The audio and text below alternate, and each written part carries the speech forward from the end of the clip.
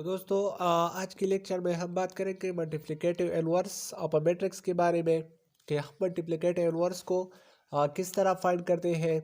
और ये जो है इस एक्सरसाइज का क्वेश्चन नंबर 4 है। एक्सरसाइज 1.5 का क्वेश्चन नंबर 4 है। तो हम जो है इनवर्स का जो फार्मूला है दोस्तों वो इक्वल है, यानी ए इनवर्स जो है ये वो बराबर है 1/a डिटर्मिनेंट और इसी तरह एडजॉइंट ऑफ ए।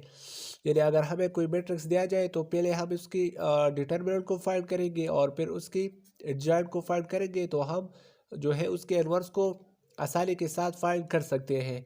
और 3/3 आर्डर मैट्रिक्स में जो दोस्तों फिर हमें कोफैक्टर और माइनर वगैरह फाइंड करने पड़ते हैं, तो वो इस मेथड से जो है होता है, लेकिन उसकी कैलकुलेशंस थोड़ी लंबी होते हैं। अब ये हमें 2/2 आर्डर मैट्रिक्स दिया गया है, तो इसकी सोल्यूशन को हम इस तरह जो है दोस्तों फाइंड करते हैं।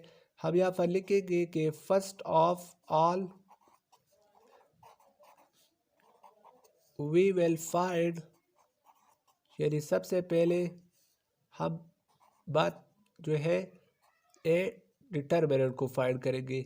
अब दोस्तों ए डिटर्मिनेंट को हम इस तरह फाइंड करते हैं कि ए डिटर्मिनेंट जो होगा वो बराबर होगा 4 1 3 1।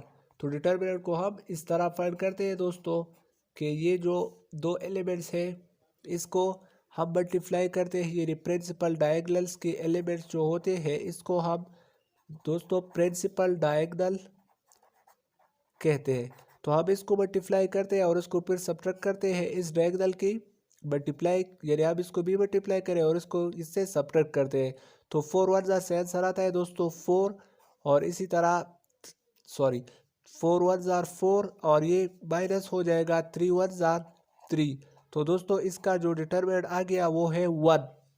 अब दोस्तों 1 जो है ये इक्वल नहीं है 0 के। इसमें हमें 2 पॉइंट्स को दोस्तों जहन में रखना होगा कि अगर हम किसी मैट्रिक्स की इनवर्स को फाइंड करना चाहें और इसके डिटर्मिनेंट 0 के बराबर आ जाए तो फिर उसके इनवर्स को हम फाइंड नहीं कर सकते। यानी हम इस तरह कह सकते हैं कि एफ ए डिटर्मिनेंट अगर बराबर होगा 0 के, तो हम यहाँ पर लिखेंगे कि then it's inverse not possible. तो हम फिर उसकी इनवर्स को जो है वो फाइंड नहीं कर सकते। और अगर उसकी तो इसमें तो इसको हम कहते हैं कि ये होगा सिंगुलर, यानी उसकी इनवर्स को हम फाइंड नहीं कर सकते और उसको हम सिंगुलर मैट्रिक्स कहते हैं फिर।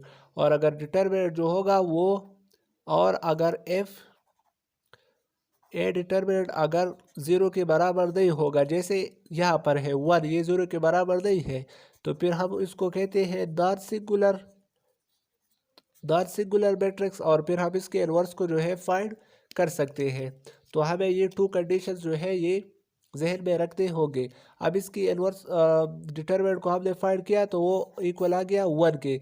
अब हम इसकी एडजॉइंट को फाइंड करेंगे, क्योंकि यहाँ पर फार्मूले में पहले डिटर्मिनेंट है वो हमने फाइंड किया और फिर एडजॉइंट है।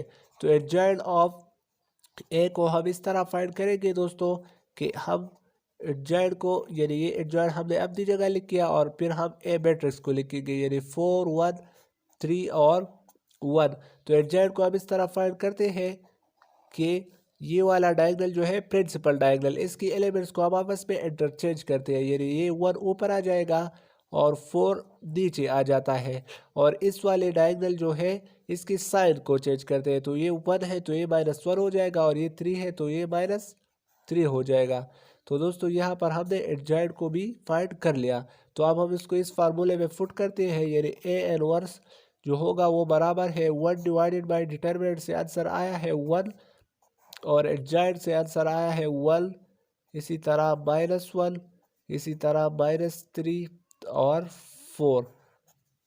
तो अगर हम ए इनवर्स को मज़ीद सिंप्लीफाई करना चाहें तो अगर हम इस 1 को इस पर डिवाइड करें तो इससे दोस्तों वही आंसर सेम आएगा, क्योंकि 1 को हम जिस पर डिवाइड करेंगे उससे वही आंसर सेम आता है। तो दोस्तों ये हमने फाइंड कर दिया ए इनवर्स, यानी हमें एक मैट्रिक्स दिया गया था, पहले हमने उसकी डिटर्मिनेंट को फाइंड किया तो वो नॉन सिंगुलर था, इसलिए हमने कहा कि इसके इनवर्स को अब हम फाइंड कर सकते हैं।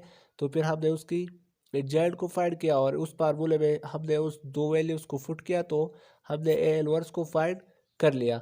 अब हम नेक्स्ट क्वेश्चन को देखते हैं।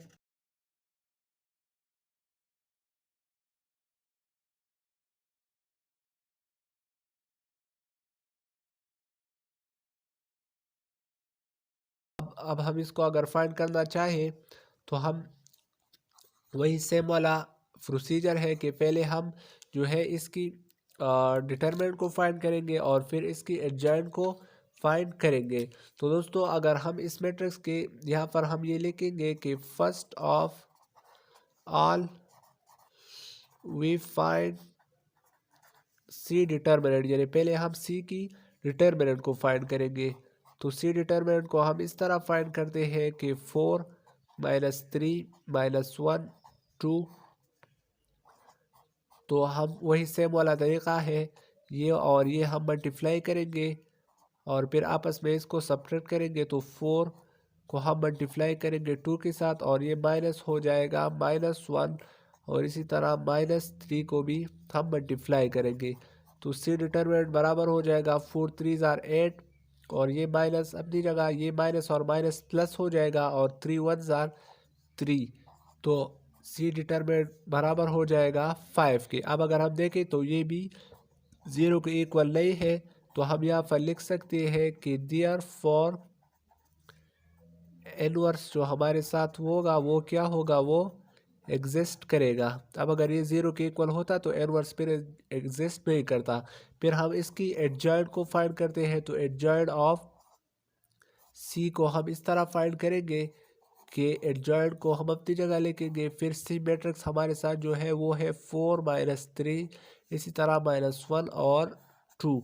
तो एडजॉइंट को हम इस तरह फाइंड करते हैं कि प्रिंसिपल डायगोनल्स पर जो एलिमेंट्स है हम उसको इंटरचेंज करते हैं एक दूसरे के साथ। तो ये 2 ऊपर आ जाएगा 4 की जगह पर, तो ये 2 और 4 नीचे आ जाता है तो ये आ जाएगा 4।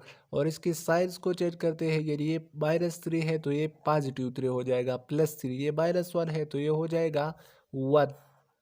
तो दोस्तों हमने एडजॉइंट को भी फाइंड कर लिया, डिटरमिनेंट को भी फाइंड कर लिया। अब हम उसको इनवर्स का जो फार्मूला है यानी 1/(c) डिटरमिनेंट और इसी तरह एडजॉइंट ऑफ c, तो अब हम इसको इसमें सिंपली फुट करेंगे, यानी 1/, डिटरमिनेंट हमारे पास था 5 और हमारे साथ जो एडजॉइंट है वो है 2 3 1 और 4। तो दोस्तों इसी तरह हम जो है इसकी मैट्रिक्स की इनवर्स को हमने फाइंड कर लिया। तो अगर अब हमें ये क्वेश्चन दिया जाए कि आप इसकी मल्टीप्लिकेटिव इनवर्स को फाइंड करें, तो हम अगर यहाँ पर इसकी सॉल्यूशन को देखें तो हम पहले कहेंगे कि फर्स्ट ऑफ ऑल, यानी हम लिखेंगे कि first of all we will find D determinant, कि हम पहले डी डिटरमिनेंट को फाइंड करेंगे। तो जब हम डी डिटरमिनेंट को फाइंड करें तो हम इस तरह लिख सकते हैं कि -3 6 2 और -4। तो वही सेम तरीका है दोस्तों कि प्रिंसिपल डायगोनल्स के एलिमेंट्स को हम मल्टीप्लाई करेंगे और इस डायगोनल के एलिमेंट्स को भी।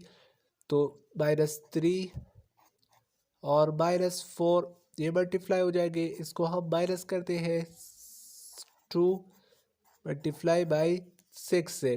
तो अगर हम डी डिटरमिनेंट को देखें तो ये माइनस और माइनस प्लस हो जाएगा और 3 4 = 12 और -2 6 से आंसर आता है 12। तो अगर हम देखें तो इस 0 के इक्वल है। तो हमने कहा था कि जब डिटरमिनेंट 0 के इक्वल होगा तो फिर उसका इनवर्स एग्जिस्ट नहीं करेगा।